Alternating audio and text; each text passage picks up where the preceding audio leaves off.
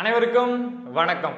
இப்போ நான் சொல்ல போற சம்பவத்தோட தொடர்ச்சி உங்களுக்கு தெரியும் அப்படின்னா மறக்காம கமெண்ட் பாக்ஸ்ல கமெண்ட் பண்ணுங்க. ஏன்னா எவ்வளவோ சோர்ஸ் பண்ணி பார்த்துட்டேன் இதை பத்தி முழுசா தெரிஞ்சுக்கணும் அப்படின்னு. பட் அந்த ஒரு நாளைக்கு அப்புறம் இந்த சம்பவத்துல என்ன நடந்தது, இந்த சம்பவம் எப்படி மாறி இருக்கு அப்படிங்கிற விஷயத்த கண்டுபிடிக்கவே முடியல. இவ்வளவு முக்கியமான சம்பவத்தை, தமிழ்நாட்டில் நடந்த இந்த சம்பவத்தை எப்படி மீடியா கவர் பண்ணாம விட்டாங்க, ஏன் ஃபாலோ பண்ணாம விட்டாங்க, இதுக்கு பின்னாடி என்ன அரசியல் இருக்கு அப்படிங்கிற விஷயத்த புரிஞ்சிக்கவே முடியல. ஃபர்ஸ்ட் சம்பவம் என்ன அப்படிங்கிறத சொல்லிடுறேன். விழுப்புரத்தை சேர்ந்த ஒரு குடும்பம், அம்மா, அவங்களுக்கு வந்து 2 பெண் குழந்தைகள். இந்த பெண் குழந்தைகளோட அப்பா வந்து அவங்க மனைவி கூட சேர்ந்து வாழல. ஸோ இந்த அம்மா தனியாக தான் வாழ்ந்துட்டு இருக்காங்க. 2 பெண் குழந்தைகளையும் ரொம்ப நாளா இவங்க தான் வளர்த்துட்டு இருக்காங்க. அதுல 2வது பெண் குழந்தை 9ஆம் வகுப்பு படிக்கிறாங்க. எங்க படிக்கிறாங்க அப்படின்னா கல்லூர் டிஸ்ட்ரிக்ட்ல பண்ருட்டிக்கு பக்கத்துல இருக்கக்கூடிய டேனிஷ் மிஷன் ஸ்கூல்ல தான் இவங்க 9ஆம் வகுப்பு அங்க ஹாஸ்டல்ல தங்கி படிச்சுட்டு இருந்திருக்காங்க. ஸோ ஒரு 4 நாளைக்கு முன்னாடி அந்த ஸ்கூல்ல இருந்து இந்த அம்மாவுக்கு, விழுப்புரத்தில் இருக்கக்கூடிய அந்த 9ஆம் வகுப்பு படிக்கக்கூடிய மாணவியோட அம்மாவுக்கு ஒரு கால் வருது. என்ன சொல்றாங்க அப்படின்னா, உங்க மக வந்து அவங்க ரூம்ல இன்னொருத்தவங்க கூட இருக்கிறவங்க ஒருத்தவங்க வந்து இந்த வீசிங் ப்ராப்ளத்துக்கு வரக்கூடிய அந்த மருந்து யூஸ் பண்ணிட்டு இருந்தாங்க. ஸோ அதை எடுத்து இவங்க யூஸ் பண்ணதுனால இவங்க மயக்கம் போட்டாங்க. நீங்க உடனடியாக கிளம்பி இதை மாதிரி ஸ்கூலுக்கு வாங்க, கடலூர் ஜிஹெச்சுக்கு வாங்க அப்படின்னு அவங்க அம்மாவுக்கு வந்து ஒரு செய்தி கொடுக்கப்படுது. ஸோ அவங்க அம்மாவும் அந்த 9ஆம் வகுப்பு மாணவியோட அக்காவும் கிளம்பி இங்கேருந்து ஸ்கூலுக்கு போறாங்க. ஸ்கூலுக்கு போன உடனே என்ன செய்தி சொல்லப்படுது அப்படின்னா, உங்க மகள் வந்து தூக்கு மாட்டி தற்கொலை பண்ணிக்கிட்டா, ஹாஸ்டல் பாத்ரூம்ல வந்து போயிட்டு தூக்கு மாட்டி தற்கொலை பண்ணிக்கிட்டா அப்படின்னு சொல்லப்படுது. ஸோ உடனடியாக இந்த அம்மா எல்லாருமே, ஏன் எனக்கு வந்து அங்க இருக்கிறப்போ என்ன சொன்னீங்க அப்படின்னா, வீசிங் அந்த மருந்தை யூஸ் பண்ணி என்னோட குழந்தை வந்து மயக்கம் ஆயிடுச்சு அப்படின்னு சொன்னீங்க, இங்க வந்த உடனே தூக்கு மாட்டி தற்கொலை பண்ணிக்கிட்டான்னு சொல்றீங்க, நாங்க ஸ்கூலுக்குள்ள போகணும் அப்படின்னு இங்கேருந்து போயிருப்பாங்கல்ல அந்த 9ஆம் வகுப்பு மாணவிக்கு ரிலேட்டிவா இருக்கக்கூடியவங்க, அவங்க அக்கா சொந்தக்காரங்க, அவங்க அம்மா எல்லாரும் போயிருப்பாங்கல்ல. ஸோ எல்லாருமே அந்த ஸ்கூலுக்குள்ள போகணும் அப்படின்னு பாக்குறாங்க. என்ன கேட்குறாங்க அப்படின்னா, தூக்கு மாட்டிக்கிட்டா அப்படின்னு சொல்றீங்க, எப்படி தூக்கு மாட்டிக்கிட்டா, எங்க தூக்கு மாட்டிக்கிட்டா அப்படின்னு கேள்வியை கேட்குறாங்க. அதுக்கு பள்ளி நிர்வாகம் என்ன சொல்றாங்க அப்படின்னா, ஒரு ஷால்ல உங்க மகள் வந்து தூக்கு மாட்டிக்கிட்டா அப்படின்னு சொல்றாங்க. ஷாலா, எந்த ஷால், அந்த ஷாலை காட்டுங்க அப்படின்னு இவங்க தரப்புலேருந்து இந்த விஷயங்கள் வந்து கேள்வியா கேட்கப்படுது. ஸோ அதுக்கு பள்ளி நிர்வாகம் என்ன பதில் சொல்றாங்க அப்படின்னா, அந்த ஷாலை வந்து நாங்க எரிச்சிட்டோம் அப்படின்னு சொல்லியிருக்காங்க. அதை தாண்டி எந்த இடத்த தூக்கு மாட்டிக்கிட்டா, எந்த பாத்ரூம்ல தூக்கு மாட்டிக்கிட்டா அப்படின்னு கேட்கிறப்போ அது சம்பந்தமாகவும் எந்த ஒரு பதிலும் வந்து பள்ளி நிர்வாகம் வந்து இவங்களுக்கு கொடுக்கல. ஸோ இவங்க உடனே அங்க இருக்கக்கூடிய காவல்துறை கிட்ட வந்து இதை மாதிரி சொல்லியிருக்காங்க, இதை மாதிரி ஷாலை எரிச்சிட்டாங்க அப்படின்னு சொல்றாங்க அப்படின்னு. அங்க பள்ளி நிர்வாகத்துக்கு இதை மாதிரி பிரச்சனை அப்படின்ன உடனே அங்க வந்து சில காவல் அதிகாரிகள் நிற்பாங்க இல்லையா, அவங்க கிட்ட போயிட்டு இவங்க முறையிட்டு இருக்காங்க, இதை மாதிரி சொல்றாங்க, அந்த ஷாலை எரிச்சிட்டோம் அப்படின்னு சொல்றாங்க அப்படின்னு.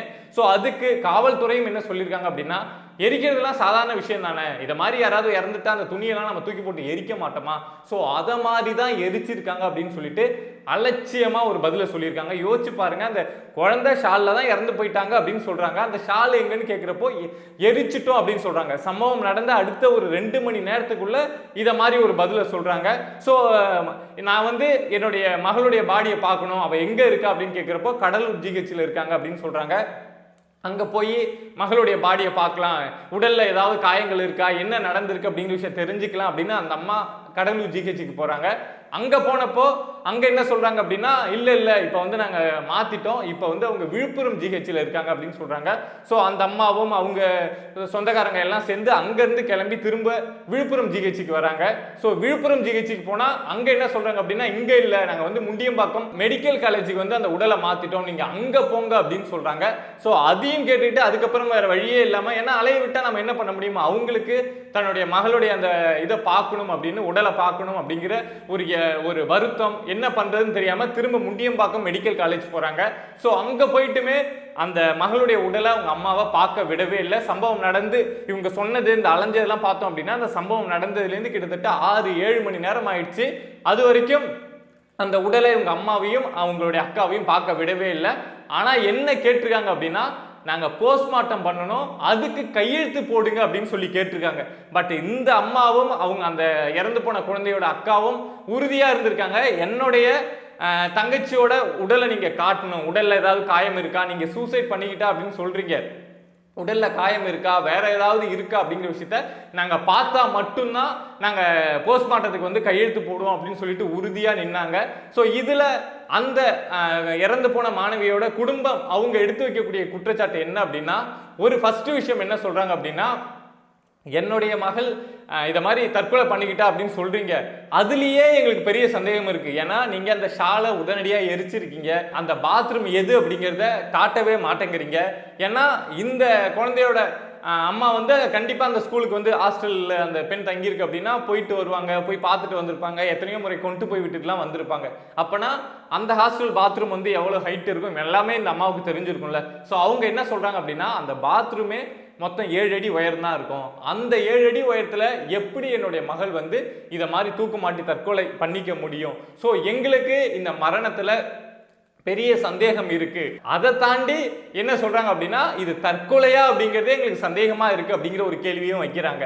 எந்த அடிப்படையில் அப்படின்னா அந்த மாணவி வந்து அந்த ஹாஸ்டல்லே வந்து கொஞ்சம் போல்டா இருக்கக்கூடிய ஒரு பெண். அவங்க அம்மா சொல்றதுல இருந்து பார்த்தோம் அப்படின்னா கொஞ்சம் போல்டா எதுவா இருந்தாலும் கேட்கக்கூடிய, வார்டனா இருந்தாலும் இந்த விஷயம்னு பேசக்கூடிய போல்டா இருக்கக்கூடிய ஒரு பெண். அந்த பெண் வந்து அவங்க வீட்டில் இருக்கவங்க கிட்டயே ரொம்ப நாளா சொல்லிட்டு இருந்திருக்காங்க. அதாவது ஹாஸ்டல்ல சாப்பாடு சரியில்லை, நான் கேட்க போறேன் அப்படிங்கிற மாதிரிலாம் சொல்லியிருக்காங்க. பட் ஒரு 9ஆம் வகுப்பு படிக்கக்கூடிய ஒரு மாணவி வந்து தனியா துணிச்சலா போயிட்டு ஹாஸ்டல்ல வந்து இது மாதிரி சாப்பாடு சரியில்லை அப்படின்லாம் சொல்ல மாட்டாங்க. எல்லாரும் சரி ஏதோ பரவாயில்ல அப்படின்னு தான் சாப்பிட்டு போவாங்க. பட் வீட்டில் இருக்கக்கூடியவங்க நீ கேளுமா நான் பார்த்துக்கிறேன் அப்படின்னு சொன்னா மட்டும்தான் ஒரு 9ஆவது படிக்கக்கூடிய ஒரு மாணவி போயிட்டு வார்டன்ட்டையோ இல்லை ஸ்கூல் நிர்வாகத்திட்டயோ இது மாதிரி சாப்பாடு சரியில்லை அப்படின்னு சொல்லுவாங்க. ஸோ அந்த அடிப்படையில் இந்த மாணவி வந்து அவங்க வீட்டில் வந்து இந்த மாதிரி ஹாஸ்டல்ல வந்து சுத்தமா சாப்பாடு சரியில்லை அப்படின்னு சொல்லியிருக்காங்க. பட் இவங்க தரப்புல இருந்து நீ கேள, இதுல என்ன இருக்கு, சாப்பாடு தானே சரியில்லை, இதுல கேட்கறதுல என்ன தவறு இருக்கு அப்படின்னு சொல்லியிருக்காங்க. ஸோ அந்த மாணவியும் போயிட்டு அங்க இருக்கக்கூடிய ஹாஸ்டல் வார்டன் கிட்டையும் அந்த விடுதி நிர்வாகத்துக்கிட்டையும் இதை மாதிரி கேட்டிருக்காங்க. இதை மாதிரி சாப்பாடு சரியில்லை அப்படின்னு சொல்லியிருக்காங்க. ஸோ இந்த விஷயம் அப்படிங்கிறது கொஞ்சம் அந்த ஸ்கூலுக்குள்ள அந்த விடுதிக்குள்ள வந்து ஸ்ப்ரெட் ஆயிருக்கு. இதை மாதிரி சாப்பாடு சரியில்லை அப்படின்னு இந்த மாணவி போய் போல்டா கேட்டிருக்காங்க அப்படிங்கிற விஷயம்லாம் அங்க ஸ்ப்ரெட் ஆயிருக்கு. ஸோ அதுக்கப்புறம் இந்த மாணவியை டார்கெட் பண்ணி கார்னர் பண்ணி வார்டன் வந்து தொடர்ச்சியா இவங்களை டார்ச்சர் பண்றது, இவங்களை ஏதாவது வேலை சொல்றது, இவங்களை திட்டுறது அப்படிங்கிற விஷயம் தொடர்ச்சியா நடந்திருக்கு. இதை தாண்டி வார்டன் வந்து உருவக்கேலி பண்ணாங்க அப்படின்னு சொல்றாங்க. அதாவது திருநங்கை அப்படின்னு சொல்லிட்டு அந்த மாணவியை வந்து உருவக்கேலி பண்ணாங்க அப்படின்னு சொல்றாங்க. நாம திருநங்கை அப்படிங்கிற உருவத்தை நாம வந்து ஒரு கேலிக்கான விஷயமாவே பார்க்கறது கிடையாது. பட் பொதுவா அது மேல ஒரு தப்பான அபிப்பிராயம் இருக்குல்ல. ஸோ அப்படி சொல்லி அந்த பள்ளி நிர்வாகத்தில் இருக்கக்கூடியவங்க அந்த மாணவியை திட்டினாங்க. ஸோ அதனால இந்த தற்கொலை நடந்திருக்கலாம். இல்லைன்னா என்னுடைய மகளை வந்து வேற ஏதோ காரணத்துக்காக இதை மாதிரி ஏதோ பிரச்சனையால அது தற்கொலையா நாடகமா நடத்தப்பட்டிருக்கலாம் அப்படிங்கிறது தான் இந்த இறந்து போன மாணவியோட அம்மாவும் அவங்க அக்காவும் சொல்லக்கூடிய விஷயம். பட் இதுக்கப்புறம் இந்த சம்பவம் என்ன ஆச்சு, இது உண்மையா தற்கொலை தானா, இல்ல பள்ளி நிர்வாகம் என்ன பண்ணாங்க, இது வெறும் ஹாஸ்டல்ல நடந்த வெறும் சாப்பாட்டு பிரச்சனை தானா அப்படிங்கிற எந்த விஷயத்தையும் நம்ம எந்த ஒரு நியூஸ் சேனல்லையும் எந்த ஒரு வெப்சைட்லையும் தேடி தெரிஞ்சிக்கவே முடியல, சோர்ஸ் பண்ணியும் கண்டுபிடிக்கவே முடியல. இது சம்பந்தமா இருக்கக்கூடிய நிறைய பேருக்கு வந்து நான் கால் பண்ணி பேசி பார்த்தேன். பட் அதை கண்டுபிடிக்கவே முடியல, என்ன அந்த மாணவிக்கு நடந்தது, அதுக்கப்புறம் அந்த போஸ்ட்மார்ட்டம் ரிப்போர்ட்ல என்ன சொல்லப்பட்டது, உண்மையா அந்த மாணவிக்கு என்ன விஷயம் நடந்தது அப்படிங்கிற விஷயத்தை கண்டுபிடிக்கவே முடியல.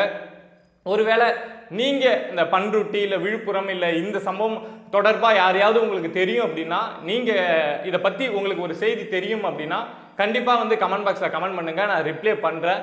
ஏன்னா அதுக்கப்புறம் அந்த மாணவிக்கு என்ன நடந்தது, அந்த போஸ்ட்மார்ட்டம் ரிப்போர்ட்ல என்ன தெரிய வந்தது, அந்த அம்மா நினைச்ச மாதிரி அந்த அக்கா நினைச்ச மாதிரி அந்த மாணவிக்கு வேற ஏதாவது நடந்திருக்கா அப்படிங்கிற விஷயத்த நான் உங்கள்கிட்ட வந்து எல்லாருக்கிட்டையும் சொல்லணும் அப்படின்னு நினைக்கிறேன். யாராவது ஒருத்தவங்களுக்கு இதை பத்தி முழுசா தெரிஞ்சிருந்தது அப்படின்னா கமெண்ட் பாக்ஸ்ல கமெண்ட் பண்ணுங்க. இந்த மாதிரி சொசைட்டியில் நம்மளை சுற்றி நடக்கக்கூடிய விஷயங்களை நீங்கள் தெரிஞ்சுக்கணும் அப்படின்னு நினச்சிங்கன்னா பிரபா டாக் சேனலை சப்ஸ்கிரைப் பண்ணி சப்போர்ட் பண்ணுங்கள். நன்றி.